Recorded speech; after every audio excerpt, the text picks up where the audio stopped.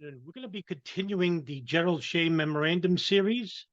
And in this chapter that I'll be reading from, which is 6 pages, we're going to be uh, talking about the Dallas INS Investigative Report, in which, like I said in the previous video, Dallas had one of the bigger art student rings in the United States operating.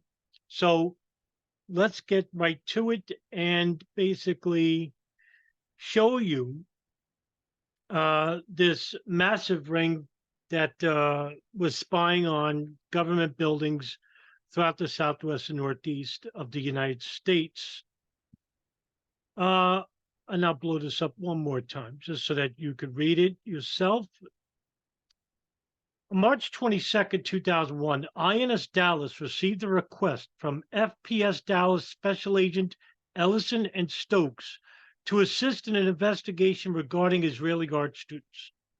On March 26, 2001, agents went to the Oak Hills apartment complex in Irving, Texas, to conduct interviews of Israeli nationals staying at those apartments. At approximately 11:30 p.m., agents arrested Daham Eldad, an Israeli male, and Elsa Beatrice Africano Leon, a Colombian female, at apartment 4228. Eldad and Africano were proceeding toward apartment 173, where 4 Israeli nationals were in custody. Eldad and Africano were found to be non-immigrant aliens in violation of their status and placed under arrest by Special Agent Martini and Oliveras. A search of their apartment revealed a small amount of marijuana and a bong. Additionally, checks in the amount of $150, two of them, and $560 with the notation for paintings were found in their possession.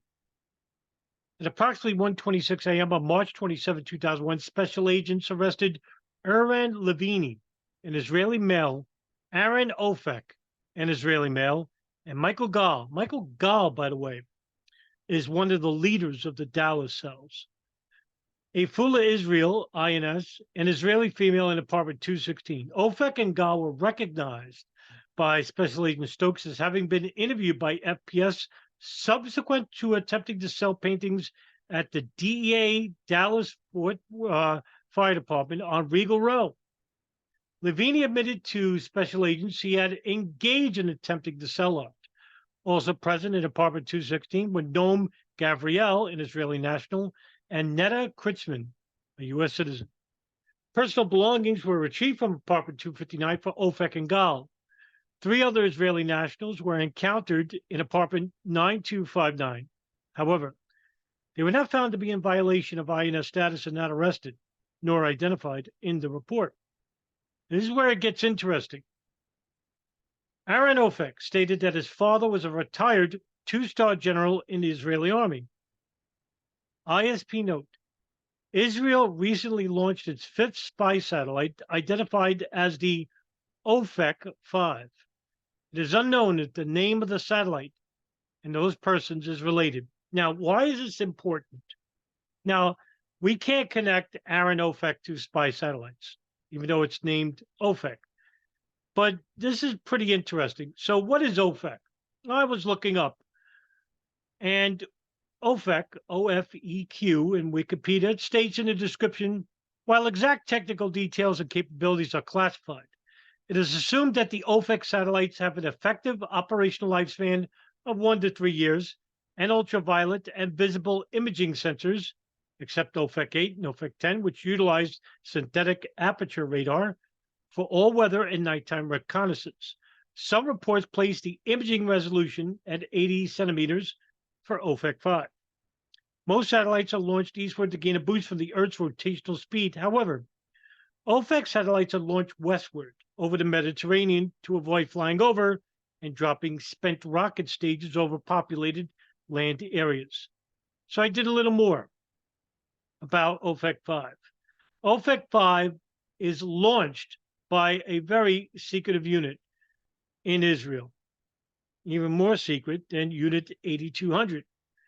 Israel launches Ofek 13 Intel satellite for secretive military unit. And when I scroll down here, it says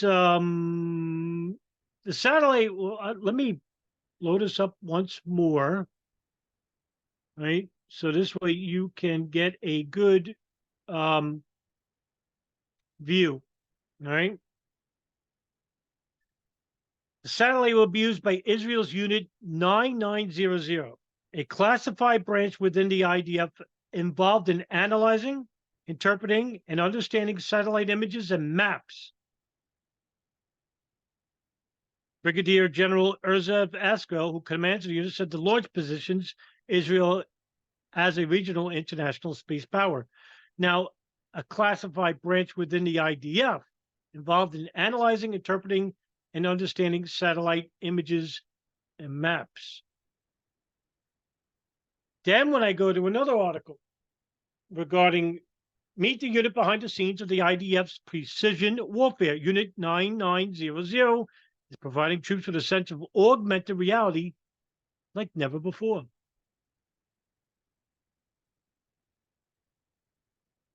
With a new area of technology and a wide range of civilian platforms adapted for military purposes, the IDF Secret 9900 unit is providing troops on the battlefield and pilots in the sky with a sense of augmented reality never seen before in the military.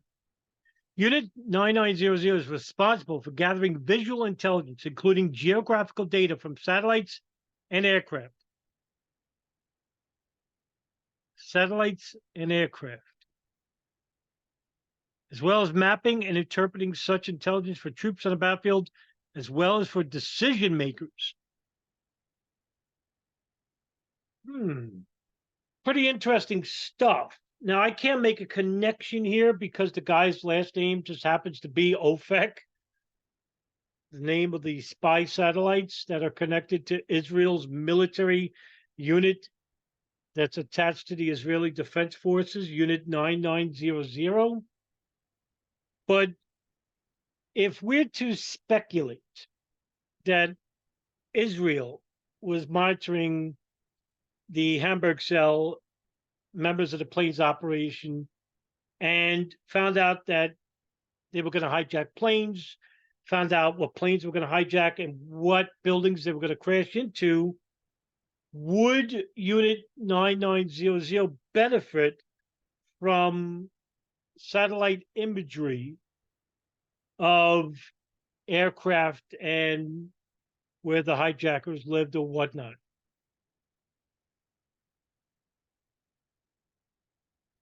It's interesting.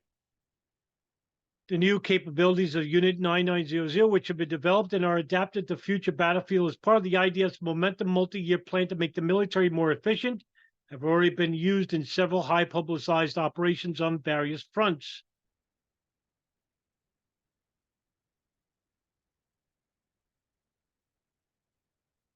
The 3D maps put together by UPS of Unit 9900, of whom 58% are women. Interestingly enough, each of the Israeli art student rings had one woman leading it. Allow for troops on the ground as well as fighter pilots to get the full picture of enemy territory even before they head into the battlefield. That's really interesting when you think about it. It really is. So keep that in mind. Don't go in a rush and say, maybe this unit has something to do with the art student ring. Don't dismiss it, but don't be in a rush to implicate. Never be in a rush to implicate. We want to be careful and responsible with our information, because we're going to hold people accountable in the future. We better have it right. And that's what the 9/11 Truth Movement should have been doing back in 2002 and 3. Michael Gall was subsequently held on $10,000 cash bond. The bond was placed by Ofer Bear, an Israeli male on non-immigration H-1B1 class visa. Bear was petitioned to work in the United States by Amdocs. Well, that's familiar. On September 7th, 1999, which was valid from December 10th, 1999 to September 30th, 2002. The visa was issued in Tel Aviv. Bear listed his address as 7845 La Cabeza Drive in Dallas, Texas. Bear is identified with an address 1125 East Campbell Road in Richardson, Texas. And Bear's social security number is also identified with a John Bear and Annie Bear at the 7845 La Cabeza address. Bear stated he was a relative of Michael Gall. And on the bond papers, it's reflected that Gall would be staying at 22 Palisade Terrace in Edgewater, New Jersey. What's he doing in Texas? Cashier check from Bank of America in the amount of $10,000 was posted. Amdocs is an Israeli communication software company based in the United States at 1390 Timberlake Manor Parkway, Chesterfield, St. Louis. Amdocs is traded on the New York Stock Exchange under DOCS on April 17, 2001. Amdocs released a statement. It had signed a 5-year outsourcing agreement with Bell South. Amdocs also lists an address of 1 Bell Plaza, St. Louis, Missouri, which is the address for Bell South.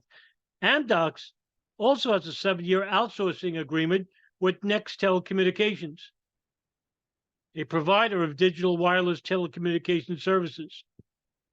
If I'm correct, and if I'm not, please correct me in the comments, 1 or 2 of the dancing Israelis had phones that were connected to Nextel. Not too sure about that. Under this agreement, Amdocs will provide Nextel with a comprehensive billing and customer care information software support services. The president of Amdocs in Texas will now,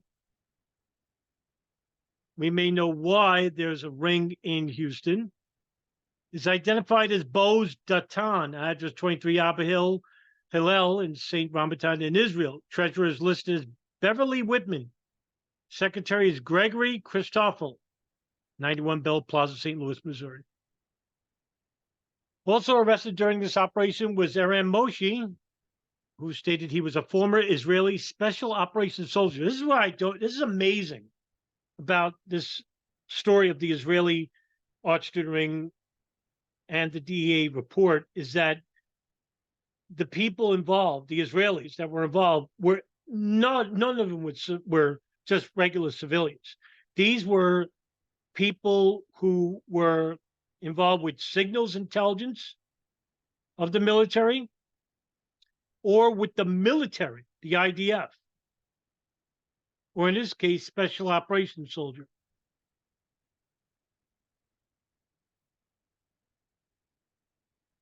And it's really something because, like I said before, I think the reason why they had these Israeli, soldiers and former generals is so that because the ring is so huge that they needed proven leaders to operate it. And there's multiple cells all throughout the United States. It is noted that following the arrest of the Israeli nationals on March 26, 2007, the Israeli embassy was notified that citizens of its country had been arrested by the INS. The Israeli embassy arranged for air transportation out of the country on March 31st, 2001. That means, yeah, hurry up, get out of here. Skedaddle before they investigate. On March 27, 2001, at approximately 2:30 p.m., 3 Israeli nationals arriving from Frankfurt, Germany, were admitted as non-immigrant visitors to the Dallas-Fort Worth Airport. They were identified as Julia Vanishtin, Dilka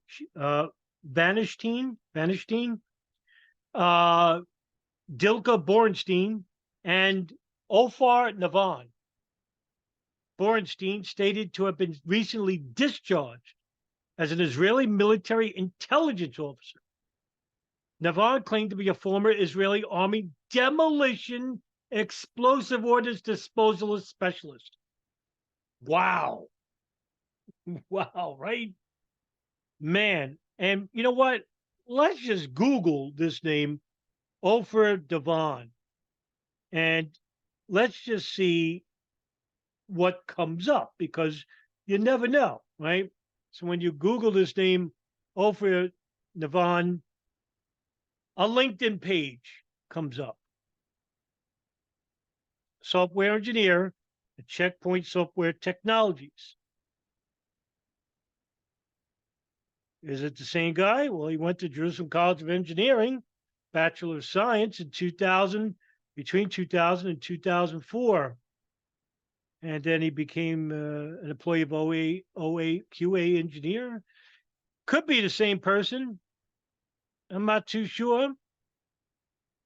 But there's hardly anything regarding this person, as you could see. That's what happens when you Google name most of these people. They barely ever come up. Whether their protection is hidden from public view, I don't know. Just throwing it out there. But that's interesting. Nate Vaughn claimed to be a former Israeli Army demolition explosive warden. Now, why would an Israeli demolition disposalist specialist be involved with a signals intelligence operation? Yeah. I mean, really, it's got to really make you think, right? Because automatically, what are we thinking about? The World Trade Center. 1, 2, and 7. What else could it be?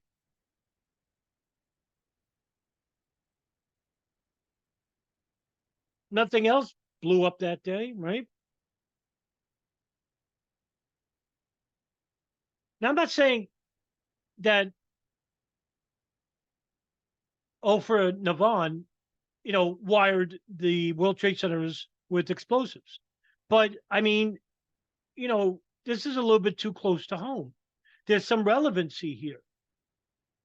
I'm not going to be in a rush to implicate this guy because his background is Army demolition. But I mean, for God's sakes, wow. The three stated they intended to tour the Dallas area for a few days and then go to Houston, New York, and Dallas and Los Angeles. They claim not to know anyone in the Dallas area. Then why'd they go there, right? Surveillance was maintained on the three after they left the inspection area. They were seen picked up by an individual subsequently identified as Michael Vick, not the football player, who was driving a black Jeep bearing Texas tags. This tag comes back to Kalmanovic. Now, that's a big name here. Michael Kalmanovic is one of the major leaders of the Israeli art student ring. He's the leader of the Dallas ring. Subsequent investigation revealed this address to be a mailbox because they don't want them to know where they lived. In December of 2000, an Israeli art student by the name of Cohen Mito was observed by a DEA employee sitting on a western street curb of the Dallas divisional office selling artwork. The student claimed that a group of Israeli art students, about 20, would paint works of art and then at local places and sell them at local places of business. The employee purchased a painting, was offered to have it framed by an acquaintance of the Israeli group. Check was made out to Cohen Mito and mailed to the following address: Kalmanovic, P.O. Box. The address is identified with Michael Kalmanovic. On March 31st, 2001, INS deportation officer Michael Bush was assigned escort duties for the 13 Israelis arrested on March 26, 27, 2001 in Irving, Texas. At that time, one of the Israelis, not identified in the report, stated that 5 individuals in Israel were responsible for recruiting Israeli nationals to come to the U.S. for the purpose of selling art door to door. What he's probably detailing is that this individual is recruiting people to be involved in an operation, and he may not be known to the person yet about what kind of operation they're selling art, right? So this way, compartmentalization, you can't implicate others involved with the operation or the people in charge of the operation if they're thinking that they're operating alone when they're not. Safety first.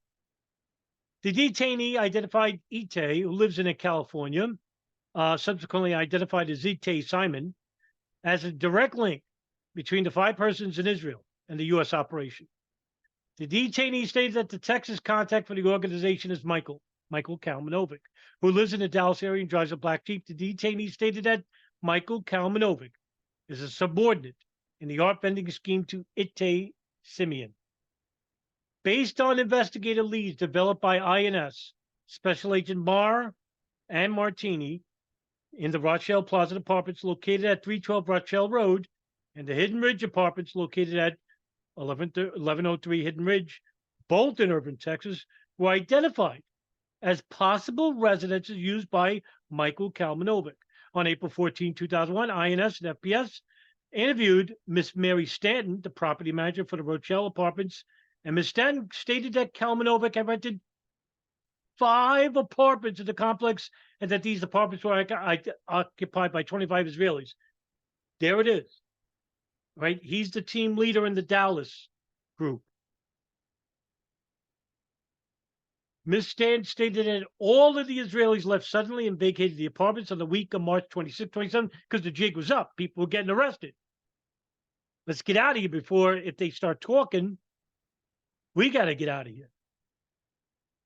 Ms. Stanton stated she believed Kalmanovic was still in the Dallas area as he recently called regarding the security deposits and copies of the lease agreements and copies of Israeli passports that were provided by Ms. Stanton. Following this, the agents went to the Hidden Ridge Apartments and at approximately 1 p.m. encountered Kalmanovic and Itay Simeon in apartment 3018. They were in the process of vacating that apartment at the time. Kalmanovic was identified as Israeli citizen. Simeon was identified as Israeli citizen. INS Special Agent Martini positively identified Kalmanovic as the driver of the black Jeep Cherokee that picked up Vainshtein, Bornstein, and Navon at Dallas Fort Worth on March 27th. So there's your connection. Kalmanovic stated he was recently discharged electronic intercept operator for the Israeli military. An electronic intercept operator. What does an electronic intercept operator do? Right?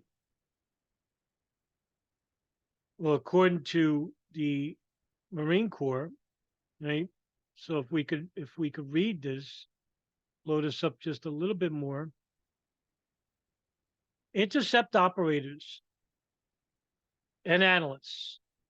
Duties encompass all facets of transmissions, intercept, and analysis, including installation, operation, and preventive maintenance of associated equipment. Right? Now, the electronic intercept operator, their duties encompass all facets of transmissions, intercept, and analysis, including installation, operation, and preventive maintenance of associated equipment. Operators must perform electronic signals search missions, record the intercepts of signals using electronic means, and measure, classify, and evaluate the signal. Operators perform signals analysis, prepare electronic order of battle appraisals, and map overlays as required. That's what they do with as an electronic intercept operator for the Israeli military. Simeon stated he was recently discharged from the Israeli army, where he did classified work for Israeli national security. I mean, these are not even low-level operators. These are high-level people in the Israeli military and the intelligence services. Come on, guys. How is nobody talking about this stuff? You know, I hear the 9/11 truth movement all the time love to blame Israel for everything. Are they talking about this? No, because they would rather talk about no planes, living hijackers, you know, directed energy weapon, all the stupid stuff, right? Here's the real meat and potatoes, friends. Names to go along with profiles, to go along with where cities they were detained in, all before 9/11. What the hell were they doing here? What did they collect? What did they do? Who did they monitor? It's right here. Simeon refused to answer further questions regarding his military service. Both Kalmanovic and Simeon were both arrested by INS and held on $50,000 bond. This bond was subsequently posted. Telephone number 214-882-5196 was identified as a possible contact number for Kalmanovic in Dallas. This number is owned by Nextel Communications, Amdocs. Through an administrative subpoena, the subscriber was identified as Michael Kalmanovic, Ventura Boulevard, Studio City, California. The service was established on March 29, 2001. Note, 11012 Ventura Boulevard, Studio City is associated with MSQ with telephone number blah, blah, blah. Subscribe to Soter, Christopher Soter, who also lists 11012 Ventura Boulevard, Apartment 68 in Studio City, California, with Peter Jacobs. Prior to the service start date on March 29, 2001, Michael Kalmanovic the phone number was used by Enlal Muhammad and Talal Muhammad out of Irving, Texas. Phone was changed to 214-882-8534 on February 13, 2001, and effective on March 29, 2001, the phone was assigned to Kalmanovic. In addition to telephone number 214-882-5196, there are 6 additional phone numbers assigned to the account with the assigned user's name. The following list is all the phone numbers on account subscribed to Michael Kalmanovic, and this is right here.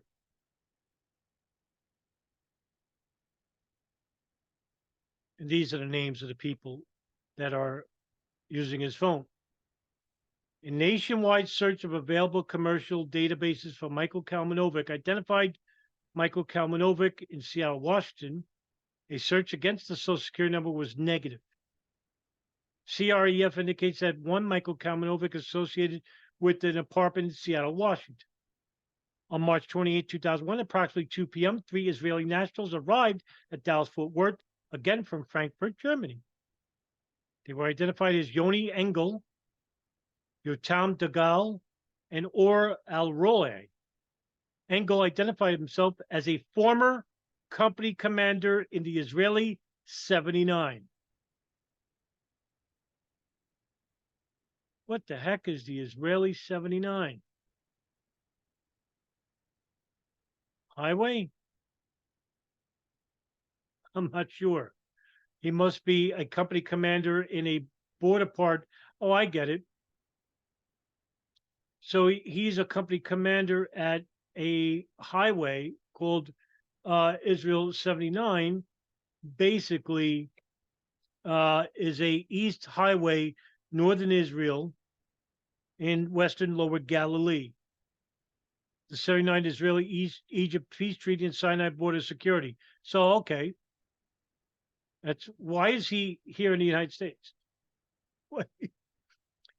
Rabinowitz was seen waiting outside the INS area and seemed to be impatient. He was observed speaking to a white female who was waiting by the curb. She was not identified, but is described as being approximately 35 to 40 years old, with short, reddish brown hair. She was dressed in European-style clothes that appeared to Special Agent Putnam to be possibly German. Once an INS inspector escorted one of the above Israelis out of the INS area, Rabinowitz started speaking to the Israeli in Hebrew. Once Engel, Dagai, and Alaroy had collected their bags, they walked outside and spoke with Rabinowitz, and then split into groups. During this time, Engel was seen to be the leader of the group, giving orders to Dagai and Alroy. The unidentified white female stayed with Rabinowitz at the curb while Engel, Dagai, and Alroy walked down the sidewalk to the next terminal. Dagai then quickly walked into the terminal at the same time as a blue GMC Safari van bearing California tags, blah, blah, blah, arrived at the curb and picked up Engel and Alroy. The van then quickly departed, in which DMV records indicate that this van is registered to Odessa Golden Gate, address 6700 Stevenson Boulevard, Fremont, California. The guy then came from the terminal doorway and entered the van.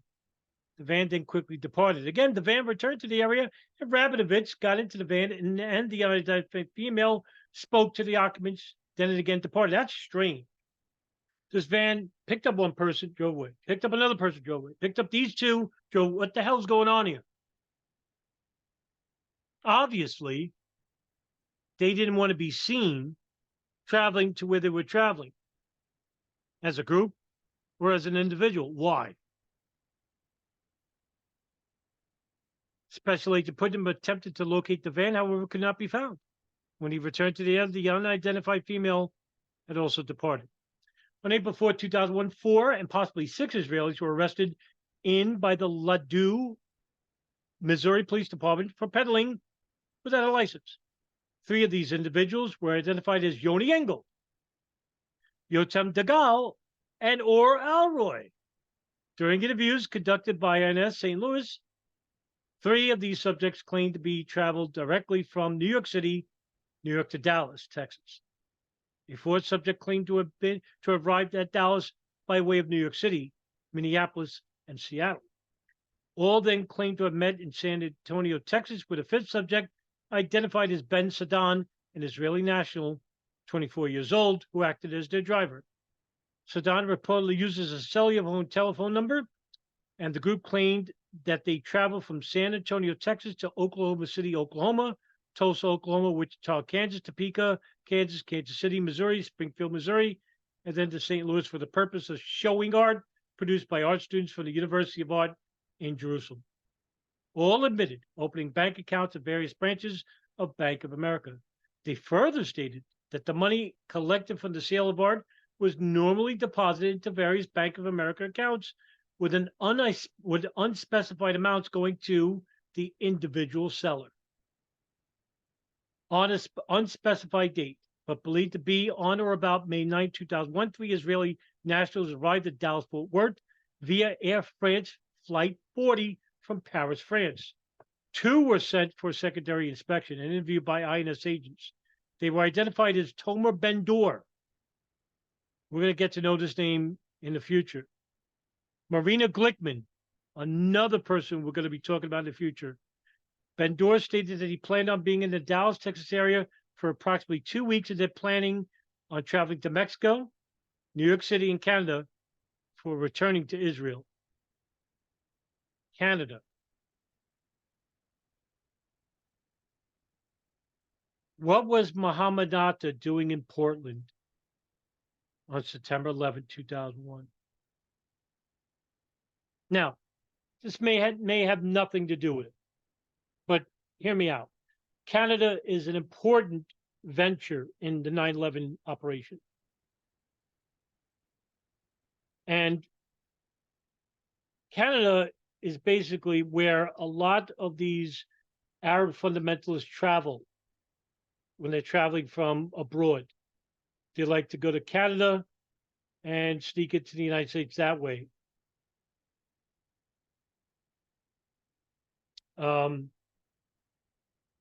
Ali Muhammad did it. Ahmed Wassam did it. But let's go back to Mohammed Atta and his travel to Portland. Why travel all the way to Portland, which is out of the way of Boston, Logan Airport? What's so important in Portland that he needed to go with Abdulaziz Al-Amari?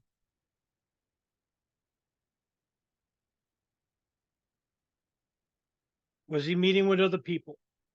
That's what myself and my co-researcher, DJ Thermal Detonator, happen to think. In fact, DJ Thermal Detonator happens to think that the list that was found at Logan is the names of everybody involved with the operation, including the other planes that were going to be hijacked. And he thinks it's about 50 names. Sounds about right.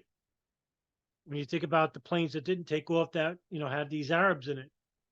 And who are these people? Now, when we talk about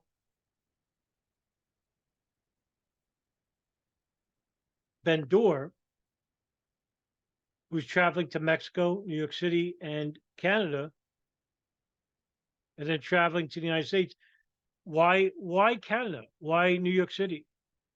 Why Mexico? Why two countries out of the United States? And why the one city, which has happened to be a victim of the 9/11 attacks, New York City? What was Ben Dor doing? Ben Dor stated he works for NICE, a software engineering company in Israel. Ben Dor stated he served in the Israeli military on a unit that was responsible for Patriot missile defense. I mean, it's amazing the backgrounds of these people. Two-star generals, company commanders of large units in Israel, Unit 9900, Unit 8200, Israeli IDF,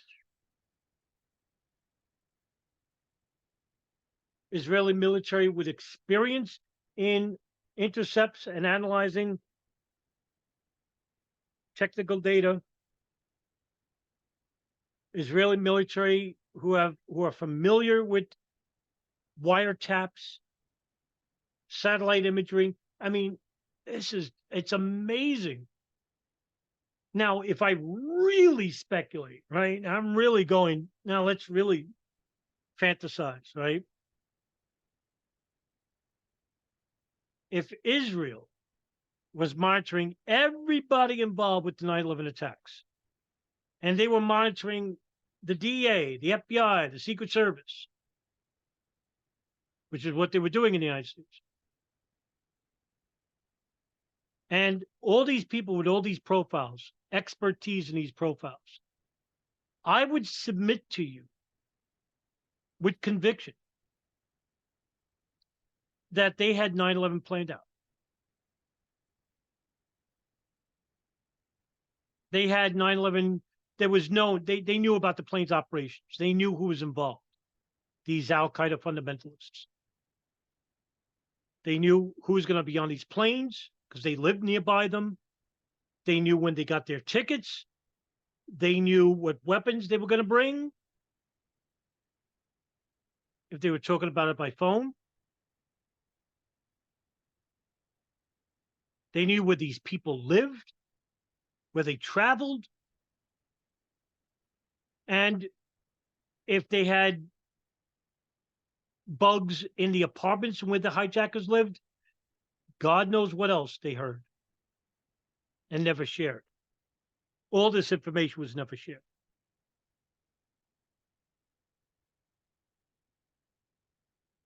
They must know 9/11 front and back. Now, I don't know if they knew about the extensiveness into Germany, Spain, where the Hamburg cell came from, or whether the groomers like Mohammed Adar Zamar, Mahmoud Darkazali, I don't know. I'll only condense it to the operations in America.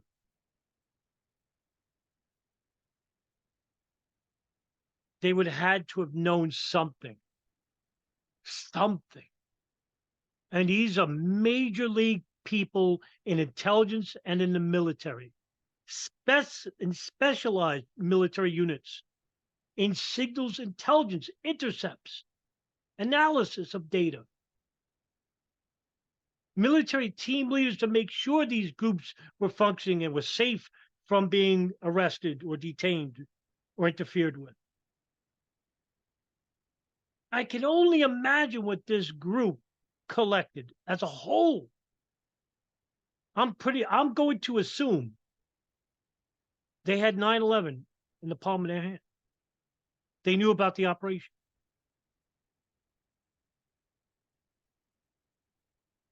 Ben Dor stated he intended to stay at the La Quinta Inn in Landmark Boulevard, Addison, Texas. However, a check of the hotel revealed no reservations under his name. Ben Dor was in possession of $1,500 in cash and a credit card, which he stated was going to help to pay his expenses while in the U.S. Ben Dor stated he is a friend of Glickman and traveled to the U.S. with her, but might travel throughout the U.S. alone. Why? During a search of Ben Dor's luggage, a printout from a Windows README file named WinPOS53 README was found at some reference to a file named DEA Groups. That's because Ben Dor is one of the top leaders of the DEA group, the monitoring operation. Marina Glickman stated she would be visiting the United States for 2 months in the Dallas area. She originally claimed to be traveling alone, but later claimed to be traveling with Ben Dor. Glickman stated that an individual named Roman Akiva or Hillel, subsequently identified as Hillel Dor, would pick her up. Glickman did not know the address of Akiva or Hillel, but had home and cell phone telephone numbers for both. Glickman stated she did not know who Akiva worked for, and Glickman also stated she was planning on staying at the La Quinta Inn and was in possession of $1,500 in cash and a credit card. Incredible. Now, if Israel were to basically say, yeah, these two, they really didn't know each other, they're separate. Well, they had the same amount of money with one credit card staying at the same hotel. Almost like here's a credit card for expenses, here's $1,500 in cash, just in case you lose the card or emergency pay, something to do with money, pay off somebody or give somebody money that's involved with the operation. I don't know. Again, the check at the hotel revealed no reservation under her name. So the name wasn't under Glickman or Ben Dor. Glickman claimed to be a computer programmer for real Retalix Ranana in Israel and a prior intelligence officer in the Israeli military. Amazing. Overseas was found, which reflected she has shipped personal effects to include furniture and clothing to Royal Ridge Parkway, Irving, Texas. While Glickman and Ben Dor were being processed, INS inspectors went to the lobby of the Dallas-Fort Worth airport to attempt to identify any individuals who were present to meet Glickman and Ben Dor. The inspectors identified Hillel Dor, Zeev Miller.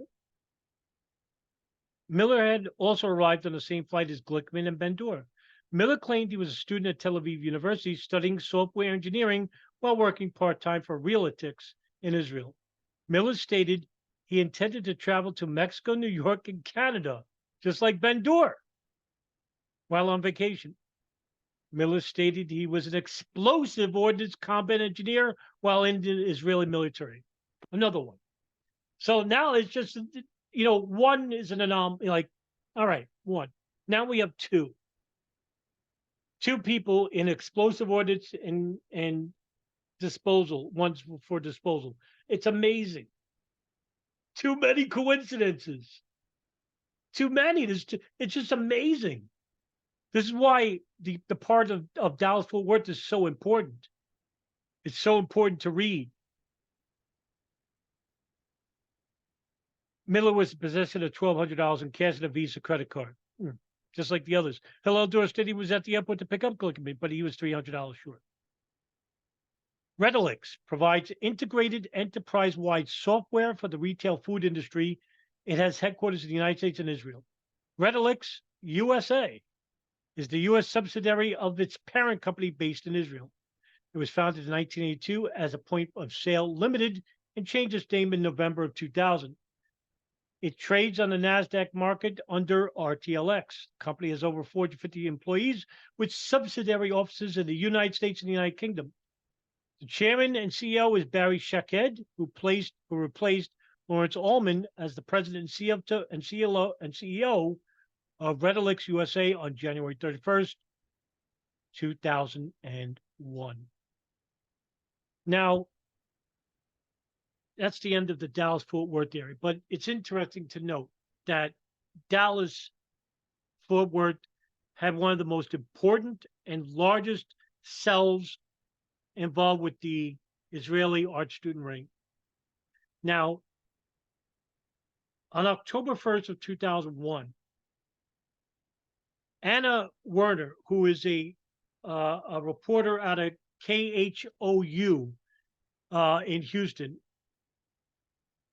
she would later remark that there was a curious pattern of behavior by people with Middle Eastern looks that were claiming to be Israeli art students. And she said that government guards have found these so-called students trying to get into secure facilities in Houston in ways they're not supposed to, through back doors or through the parking garages underneath the buildings. And she said that federal agents were really concerned that the students that showed up at the DA's Houston headquarters and at the Leland Federal Building in Houston and even the federal prosecutor's office. And they were also appearing to have taken photographs and video. They were monitoring the buildings as well.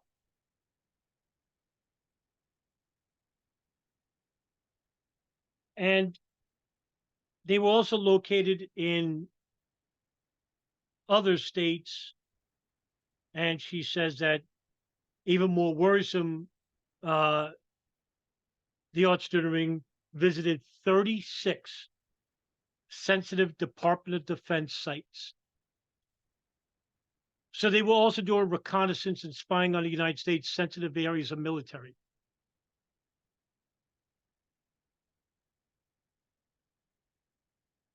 I think that people should get to know about what's going on here. And to go back to the controversy with Amdocs, in early of 2000, federal agencies conducted a counterintelligence investigation to determine whether or not Amdocs was used by Israel to eavesdrop on U.S. government communications. And when I read you that part of the Dallas-Fort Worth section of the Shea memo, some of these art student operators were employees of Amdocs. So obviously, this signals intelligence operation involved companies in the United States and in Israel that are involved with communication software and analysis, interpretation of analysis. And all right, I mean, I could end it right there. I could keep going, but wow, that's a lot to digest. So I will continue the series, and I think the next city that's up is Denver. And so see you in the next video. Have a good weekend, everybody, and stay safe.